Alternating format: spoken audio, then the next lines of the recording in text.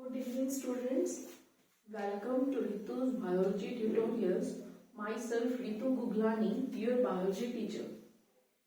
आज बेटा जो डिस्कस करेंगे क्लास 11 का चैप्टर प्लांट किंगडम। जब हम बेटे प्लांट किंगडम चैप्टर के बारे में बात करते हैं, सबसे पहले प्लांट्स क्या होते हैं जो कि ऑटोट्रॉफिक होते हैं, यूकैरियोटिक होते हैं। प्लांट के किंगडम के बारे में जब हम बात करते हैं, हम डिस्कस करते हैं बायोलॉजिकल क्लासिफिकेशन को।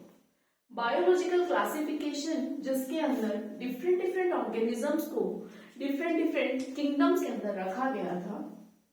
अभी अगर प्लांट किंगडम की बात करें तो अगर हम 2 किंगडम सिस्टम देखते हैं, उसके अंदर प्लांटे जो किंगडम बनाया गया, उस प्लांटे किंगडम के अंदर रखा गया था moss, liverwort, bacteria, gymnosperm, algae, fungi. Due to changing time, 5 kingdom system given by R.H. Whitaker. 5 kingdom system के अंदर R.H. Whitaker ने 5 किंगडम बनाए, 5 किंगडम बनाए थे, जिसमें उन्होंने रखा Monera, protista, fungi, Plantae and animalia. ठीक है, प्लांटे के अंदर उन्होंने किस को रखा, उन्होंने डिफरेंट टाइप ऑफ प्लांट्स को, जैसे जैसे प्लांट्स के अंदर एवोल्यूशन होता गया, उनके अकॉर्डिंग उन्होंने प्लांट्स को डिवाइड किया, जिसके अंदर हम प्लांट 5 डिविजन्स के बारे में पढ़ेंगे। That is algae, bryophyta, pteridophyta, gymnosperm and angiosperm. 2 kingdom system के अंदर जो बैक्टीरिया और फंजाई थे, बैक्टीरिया को कहां रखा गया, मोनेरा के अंदर, और फंजाई 5 किंगडम सिस्टम के अकॉर्डिंग एक डिफरेंट ग्रुप में गए। जब भी हम किसी भी प्लांट के बारे में उसका क्लासिफिकेशन लिखेंगे, हम यूज करेंगे किंगडम जो कि प्लांटे होगा। नेक्स्ट डिवीजन, जब हम एनिमेलिया को रखेंगे, दैट इज फाइलम। प्लांट के कंसिडरेशन में हम लिखते हैं division, then class, order, family, genus and species. इसके बाद जो हमने नेक्स्ट टॉपिक डिस्कस करेंगे, that is system of classification. System of classification जो कि डील करेगा आगे नेक्स्ट एंजियोस्पर्म को क्लासिफाई करने में।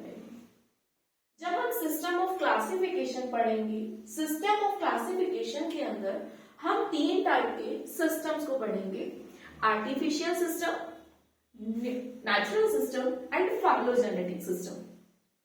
आर्टिफिशियल सिस्टम जो कि सबसे अर्लीस्ट सिस्टम था। अर्लीस्ट मींस ऐसा उसके अंदर कैरेक्टरिस्टिक्स को लिया गया जो कि परमानेंट नहीं थे, या हम कह सकते हैं कि जो कि स्टेबल नहीं थे, या उसके अंदर क्या हम कह सकते हैं, बेस बनाया गया मॉर्फोलॉजिकल कैरेक्टर्स को।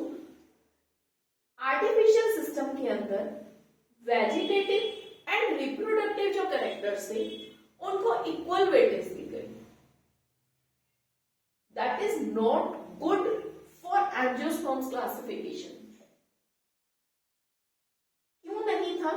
क्योंकि वेजिटेटिव कैरेक्टर्स जो हैं, अब वेजिटेटिव कैरेक्टर्स जिसके अंदर हम बात करेंगे रूट, स्टेम, लीफ, जो कि टाइम बाय टाइम अपनी स्ट्रक्चर के अंदर, शेप के अंदर, नंबर के अंदर, उनके रिप्रेजेंटेशन के अंदर टाइम बाय टाइम चेंजिंग आएंगे।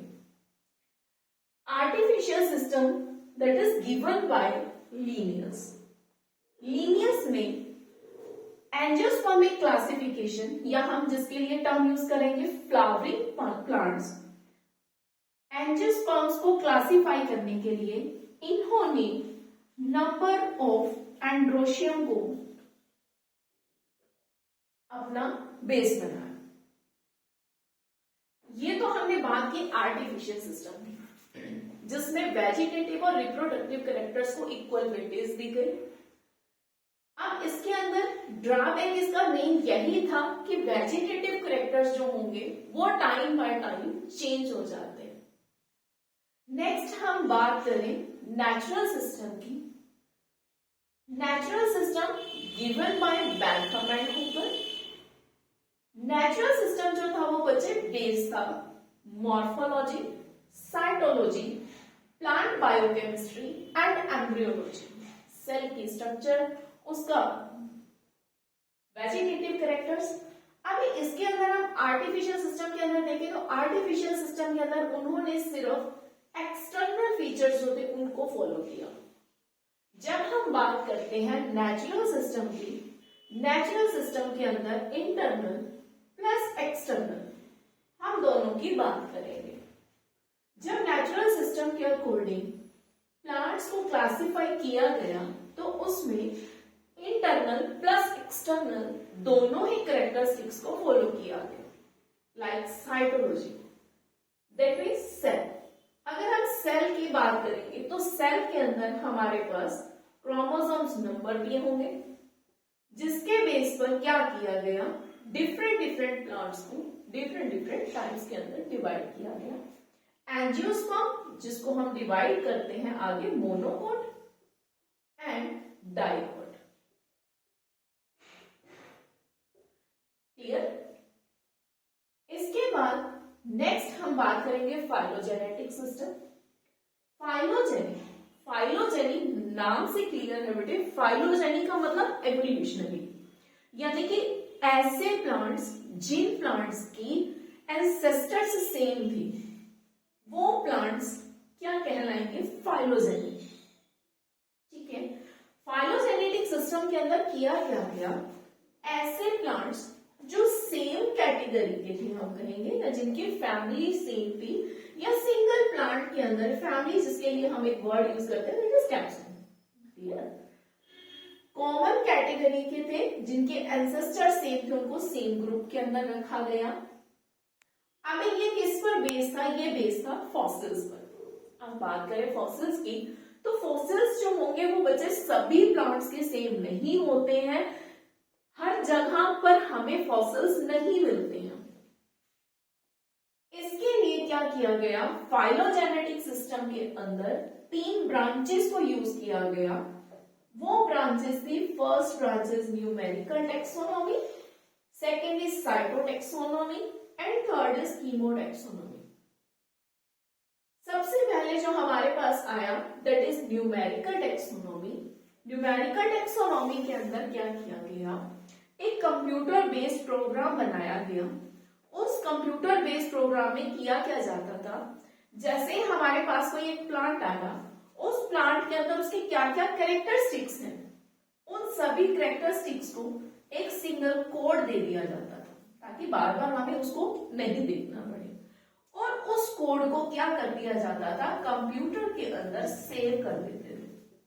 तो जैसे ही कोई भी नेक्स्ट प्लांट आया, उनको उन्हीं सब कोड्स के साथ में क्या किया जाएगा, मैच किया जाएगा कैरेक्टर्स के साथ, और जिस भी फैमिली या जिस भी हम कहें उसको कॉमन कैटेगरी के साथ में वो मैच होंगे, उनको उसी के अंदर रख दिया जाता है। बात करें नेक्स्ट हमारे पास आता है cytotaxonomy. Cyto means cell. Cell के अंदर कितने तरह के क्रोमोसोम्स हैं, उनकी शेप क्या है, उनका नंबर क्या है, तो उसके बेस पर क्या किया जाता था, प्लांट्स को डिवाइड किया जाता था या उनको प्लेस किया जाता था उनके कॉमन कैटेगरी के अंदर। Next one and last is chemotaxonomy. Chemo that means chemical. हम कोई भी बेटे प्लांट देखते हैं तो कई तरह के प्लांट्स में क्या होते हैं, एल्केलॉइड्स प्रेजेंट होते हैं, या मिंट फैमिली देखें, हम तुलसी का प्लांट देखें तो उसके अंदर एक स्पेशल टाइप की फ्रेग्रेंस आती है। उसी के बेस पर क्या किया गया, उन प्लांट्स को भी डिवाइड किया गया, उन प्लांट्स को डिस्ट्रीब्यूट किया गया उनके डिफरेंट टाइप ऑफ डिविजन्स के अंदर। दैट्स ऑल स्टूडेंट, ये हमारा आज का टॉपिक था और मुझे पूरी अच्छा लगा, मेरे को अच्छा लगा, शायद आपको भी लगा होगा कि मेरे को आपको अच्छे से समझ आया होगा। मैंने अपनी तरफ से आपको बहुत अच्छे से क्लियर करने की कोशिश की है। Thank you so much.